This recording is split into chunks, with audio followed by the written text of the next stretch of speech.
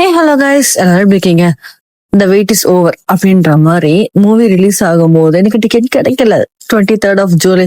ஆனா அந்த 3 நாள் வெயிட் பண்ணி ஆக்சுவலி சண்டே வந்து டிக்கெட் கிடைச்சது. அந்த 3 நாளுமே நான் வந்து எந்த ஒரு ஸ்டேட்டஸோ எந்த ஒரு ஸ்டோரியோ ஸ்னாப் கூட நான் பார்க்காம எனக்கு கட்டுப்படுத்திட்டு இருந்தேன். பிகாஸ் லீக் ஆகும் போது கூட நான் ஒரு சீன் கூட நான் பார்க்காம அப்படி இருந்தேன் நான். ஸோ அதை வெயிட் பண்ணி அந்த டைட்டில் கார்டில் வந்து த ஹானரபிள் சீஃப் மினிஸ்டர் மாண்புமிகு முதலமைச்சர் வரும்போது அந்த ஒரு விஷயத்துக்காக தான் நான் இந்த இவ்வளோ நாள் வெயிட் பண்ணதுக்கு வந்து செம்ம ஒர்த்துன்னு சொல்லுவேன். சீன்ஸ்ல படம்லாம் அவ்வளோ செம்மையா இருந்துச்சு. எல்லாத்தோட கிளைமேக்ஸ்ல எல்லாமே அவர் நடிச்ச படம் எல்லாமே போடும்போது நான் அழுவ மாட்டேன்னு நினைச்சேன் நானே. எனக்கு அவ்வளோ அழகு வந்துச்சு. பிகாஸ் நான் கில்லி படத்துல இருந்து நான் வந்து அவ்வளோ ஃபேனு.